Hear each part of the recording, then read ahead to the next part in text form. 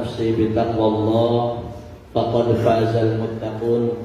Ya ayyuhalladzina amanu taqullaha ittaqullaha haqqa tuqatih wa la tamutunna illa wa antum muslimun. Wa qala Rasulullah sallallahu alaihi wasallam, man salaka tariqan yaltamisu fihi ilman sahalallahu lahu tariqan ilal jannah. Tidak ada yang pantas keluar dari lisan kita kecuali bersyukur atas nikmat yang telah Allah berikan kepada kita semua.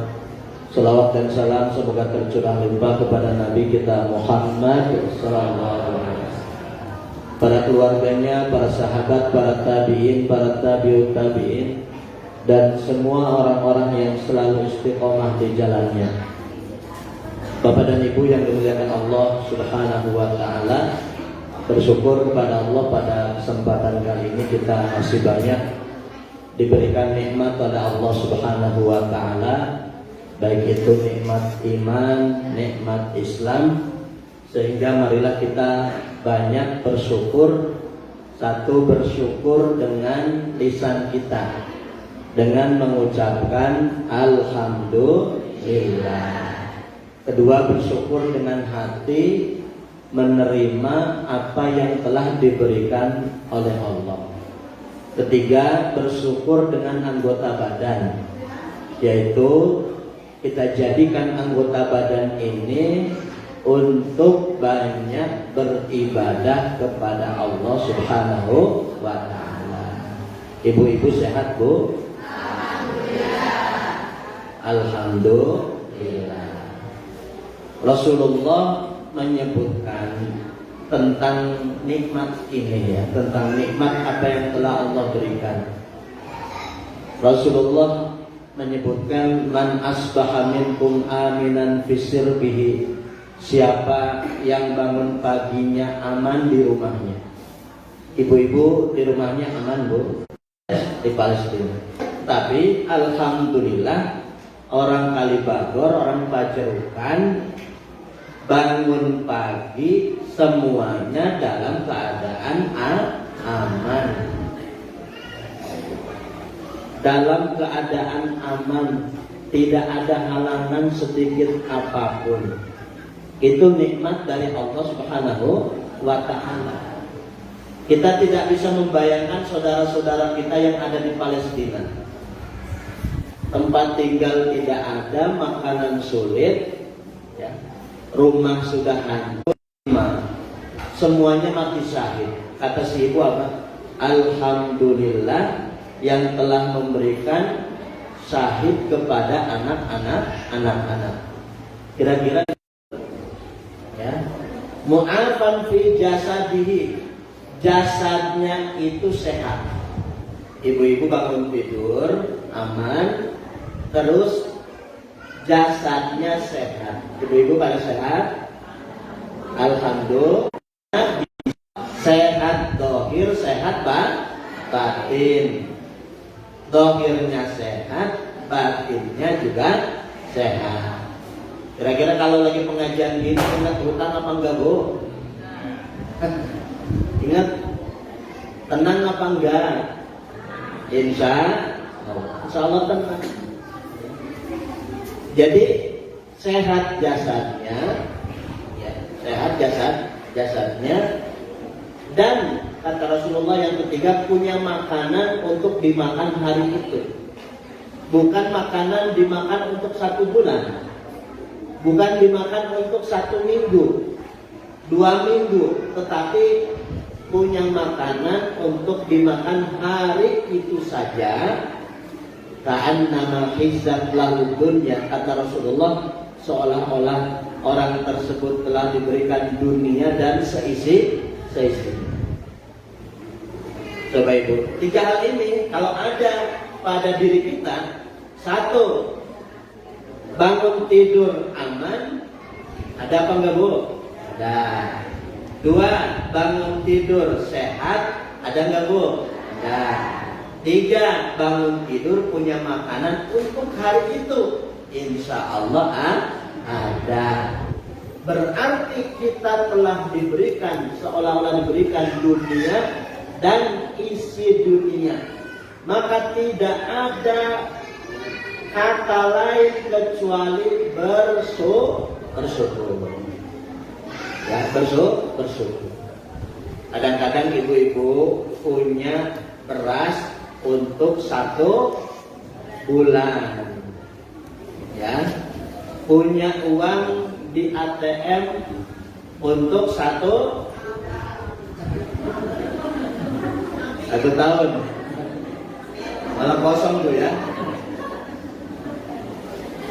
Nah, jadi ibu-ibu yang dimuliakan Allah Subhanahu wa taala, jadi tidak ada kata lain kecuali bersyukur. Bersyukur atas nikmat dari Allah. Nah, ibu dan bapak yang dimuliakan Allah Subhanahu wa taala, coba kita pada kesempatan kali ini mengawali dalam satu hadis yang diriwayatkan Imam Muslim dalam kitab Riyadhus Shalihin, hadis yang ke-87. Rasulullah Shallallahu Alaihi Wasallam menyebutkan, badiru bil a'mali fitanan kaqata'il lailil mudlim yusbihur rajulu mu'minan wa yumsi kafiran wa yumsi mu'minan wa yusbihu kafiran yabi'u dinahu bi'aradin minad dunya. Kata Rasulullah, bersegeralah beramal soleh, menjalankan amal soleh sebelum datang satu fitnah. Sebelum datang fitnah, yang mana fitnah atau ujian ini seperti potongan malam yang gelap gulita. Digambarkan oleh Rasulullah, di pagi hari seorang dalam keadaan beriman, sorenya sudah kafir. Ya. Kemudian di sore hari dalam keadaan beriman, di pagi harinya dia dalam keadaan kafir. Yabi'u dinahu bi'aradin minad dunya. Dia menjual agamanya dengan sedikit atau secuil kenikmatan dunia. Ibu-ibu yang dimuliakan Allah, jadi Rasulullah menyebutkan memerintahkan kepada kita semua untuk bersegera menjalankan amal soleh. Jangan menunda-nunda kebaikan. Ya, jangan menunda-nunda kebaikan. Yang harus ditunda-tunda itu adalah kejelekan. Jadi kalau kita punya niatan berbuat jelek, itu ditunda-tunda. Tunda-tunda sampai tidak menjalankan. Tapi kalau kebaikan, itu jangan sampai ditunda-tunda. Contoh misalkan, ibu-ibu bangun tidur di malam hari jam 3. Jam berapa, Bu? Jam 3. Kira-kira kalau mengikuti apa yang diperintahkan oleh Rasulullah, apakah tidur lagi atau langsung bangun ambil air wudu? Yang mana, Bu? Langsung bangun ambil air wudu. Tetapi tidak sedikit dari kita ketika bangun jam 3, kemudian kita bilang apa, Bu? Nanti belum tengah 4, ya, belum tengah 4. Sudah tengah 4, nanti belum jam 4. Nah, jam 4 bangun, nanti belum tengah 5. Tengah 5 bangun, nanti belum adzan. Ujung-ujungnya sholat tahajud apa enggak, Bu? Nah, tidak sholat tahajud, tidak witir, tidak baca istighfar. Makanya Rasulullah memerintahkan badiru bil a'mal, bersegeralah melakukan amalan. Jadi kalau kita sudah bisa, mampu, ada kesempatan, jangan ditunda-tunda. Kenapa? Karena menunda amal, menunda kebaikan itu adalah dari setan. Yang membisiki siapa, Bu? Tadi misalkan jam 3 bangun, terus kita bilang nantilah belum tengah 4. Jam tengah 4 bangun, belum jam 4. Itu bisikan dari mana? Bisikan dari setan. Maka bersegeralah ketika menjalankan amal kebaikan. Badiru bil a'mal. Bersegeralah melakukan amalan. Kenapa harus bersegera? Ya. Rasulullah Shallallahu Alaihi Wasallam tadi menyebutkan badiru bil a'mali fitan, sebelum datang fitnah. Ya. Sebelum datang fitnah. Fitnah di sini bermacam-macam. Ya, bermacam-macam. Sebelum datang fitnah, sebelum datang ujian, apa yang bisa menghalangi kita di dalam menjalankan amal kebaikan, amal soleh? Satu, bisa karena sakit. Kita lagi sehat, ya. Kita lagi sehat. Bisa pergi ke masjid, kemudian kita bilang nantilah, ternyata sakit. Kira-kira bisa pergi ke masjid nggak, Bu? Nah. Kemudian yang kedua adalah kematian.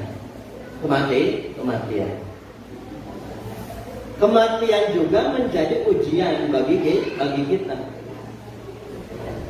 Karena ketika sudah datang ajal kepada kita, maka kita tidak bisa beramal soleh. Tidak bisa beramal soleh. Satu, karena sakit. Kedua, bisa karena datangnya kematian. Karena kehidupan kita di dunia ini terbatas. Ya. Dibatasi antara 60 sampai 70. Saya mau tanya siapa yang mau usianya sampai 200 tahun? Ibu-ibu maunya berapa? Tanya maunya berapa, bingung. Ditawari 200 tahun, nggak mau. Terus maunya berapa? Terserah Allah. Allah yang terserah Allah. Kalau sampai 200 tahun mau. Ya, selamat ya. Rasulullah mengibaratkan kita itu hidup di dunia dua hal, ibu-ibu. Satu, seperti orang yang sedang mampir, musafir yang sedang mampir. Ya, musafir yang sedang mampir. Ibu-ibu perjalanan ke Jakarta, kemudian mampir di rest area. Kira-kira kalau mampir di rest area mau seminggu apa cuma 1 jam 2 jam? 1 jam 2 jam selesai, lanjut lagi. Kehidupan di dunia gitu, Bu. Kehidupan di dunia ini kita cuma seperti lagi mampir, ya. Kemudian setelah itu kita lanjut perjalanan kita ke alam barzakh, alam kubur, lebih panjang, lebih lama.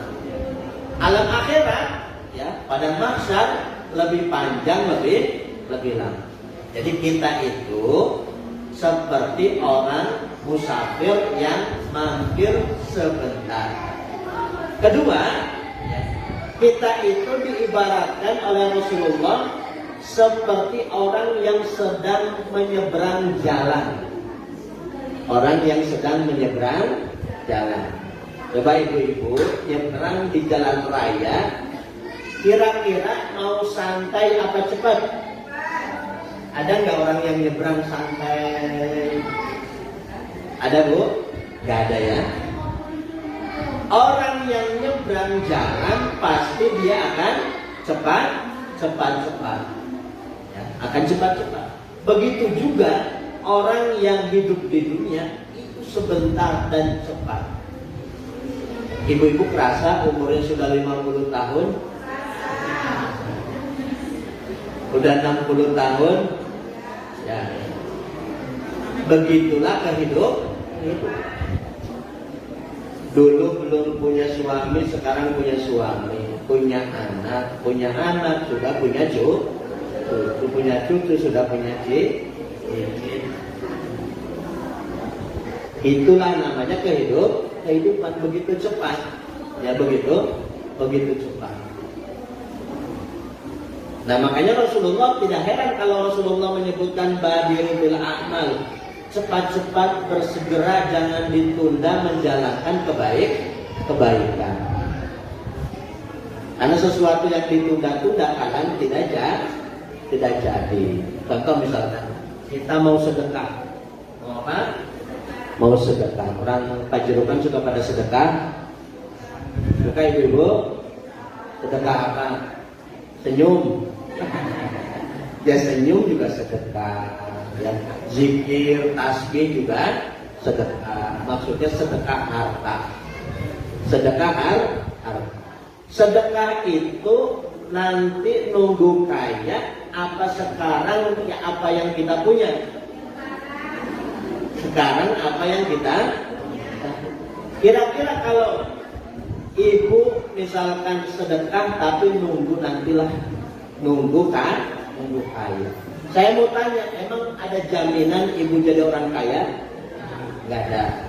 Emang ada jaminan ibu tidak jadi orang pelit kalau udah kaya? Nggak ada. Ya kan? Tidak ada. Maka kalau kita mau sedekah, jangan nunggu kaya, tetapi sekarang apa yang kita punya. Ibu punya uang berapa? Ya, 1 bulan, harian dan yang lainnya. Justru itu melatih kita, kalau kita pas gak punya bisa sedekah, insya Allah pas punya bisa sedekah. Insya Allah, karena terbiasa. Tapi kalau kita menunda-nunda, nantilah tunggu kaya, kalau nanti punya, kalau uangnya sudah banyak, itu belum tentu jadi, belum tentu bisa. Kakot ilailil mudlim, kata Rasulullah, seperti potongan malam yang gelap gulita. Ya, seperti potongan malam yang gelap gulita. Jadi akan banyak fitnah, akan banyak ujian di dalam kehidupan ini. Maka pesan Rasulullah bersegera menjalankan kebaikan. Dengan kebaikan ini, Bapak dan Ibu, itu akan melahirkan hati yang bersih dan akan melahirkan yang namanya husnudzon kepada Allah. Kan ada satu penyakit hati, ya, yang bisa membahayakan hati kita di dalam kehidupan ini, yaitu suudzon billah, persangka buruk kepada Allah. Kebalikannya, ya, obatnya adalah husnudzon billah, berprasangka buruk kepada Allah Subhanahu wa ta'ala. Dalam kondisi normal, ibu-ibu, kondisi normal, kita mudah untuk husnudzon kepada Allah. Misalkan kita bisa makan, bisa minum, punya harta, punya kekayaan, insya Allah bisa husnudzon kepada Allah. Insya Allah bisa. Tapi sebaliknya, kalau lagi sulit, ya, kalau lagi sulit, tidak ada makanan, tidak ada minuman, tidak ada harta, tidak ada apapun, sulit dalam kehidupan. Kadang-kadang orang banyak yang suudzon kepada Allah. Kenapa Allah memberikan ujian ini? Kan? Allah tidak adil. Ya, Allah tidak adil. Itu namanya suudzon kepada Allah Subhanahu wa ta'ala. Maka sifat husnudzon ini dilahirkan dari amal soleh. Kata Imam Ibnu Qayyim, husnudzon, hati kita yang berprasangka baik kepada Allah atas ketentuan dan pemberiannya, itu dilahirkan dari amal-amal kita, amal kebaikan kita. Karena kita semuanya diuji oleh Allah Subhanahu wa ta'ala. Tapi insya Allah ujian kita sudah ada takarannya masing-masing. Tidak mungkin ujian nabi-nabi itu dikirim ke kita, itu tidak mungkin, karena kita tidak kuat. Contoh ujian seorang nabi yang namanya Nabi Ayub alaihissalam. Nabi Ayub alaihissalam diuji banyak hal oleh Allah, bahkan sulit, susah, hartanya hilang, keluarganya hilang, kemudian apa? Kemudian dapat penyakit, tetapi Allah sisakan dua hal. Satu, lisannya untuk berzikir.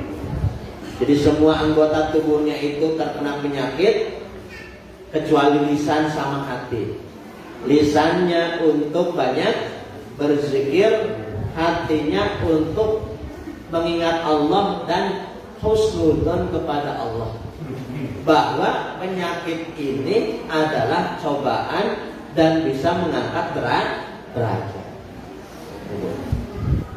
Itu Nabi Ayub alaihissalam. Berbeda dengan kita, kadang-kadang kita diuji sedikit ujian saja sudah banyak mengeluh. Tapi Nabi Ayub banyak berzikir dan juga banyak husnudzon kepada Allah Subhanahu wa ta'ala. Jadi di akhir zaman akan banyak fitnah. Ya, akan banyak fitnah yang menghalangi kita sehingga kita sulit untuk beramal soleh, untuk sulit beramal kebaikan, sehingga kita akan menunda. Digambarkan oleh Rasulullah, yusbihu rajulu mu'minan, ada orang paginya beriman, wa yumsi kafiran, tapi paginya sudah kafir. Ada juga yang paginya beriman, sorenya sudah kafir. Ini menunjukkan apa? Menunjukkan ujian keimanan. Ya, ujian keimanan, akidah. Itu yang paling penting. Nabi Ayub alaihissalam ketika sakit, datanglah setan yang menyerupai manusia. Datang kepada Nabi Ayub, kemudian menawarkan obat yang mujarab, obat yang ampuh. Kira-kira kalau ada orang yang sedang sakit parah, kemudian datang orang ditawari obat yang manjur, kira-kira senang nggak, Bu? Senang. Sudah berobat ke dokter ini, spesialis ini, sudah berobat ke rumah sakit ini, rumah sakit itu, mengeluarkan uang yang tidak sedikit. Tiba-tiba ada orang nawarin ini obat yang manjur. Senang nggak, Bu? Ya, karena yang namanya sakit kan ujian dari Allah, menyita waktu, menyita pikiran, menyita tenaga. Itu orang sakit seperti itu. Ya. Setan datang kepada Nabi Ayub, menawari Nabi Ayub, hai Ayub, aku akan berikan obat yang mujarab biar engkau sembuh. Obat yang pertama adalah pakai khamr. Ibu-ibu tahu khamr? Minuman keras. Minumlah arak ini atau minuman ini meskipun cuma seteguk saja. Nanti kamu akan sembuh. Ya, nanti kamu akan sembuh. Tapi dengan kekuatan akidah, kekuatan iman, kata Nabi Ayub, tidak. Itu adalah diharamkan oleh Allah Subhanahu wa ta'ala. Ya sudah, kalau tidak mau, obat yang kedua. Obat yang kedua adalah engkau cari lalat, kemudian sembelih lalat itu sambil mengucapkan nama-nama patung-patung. Nama-nama patung. Iblis atau setan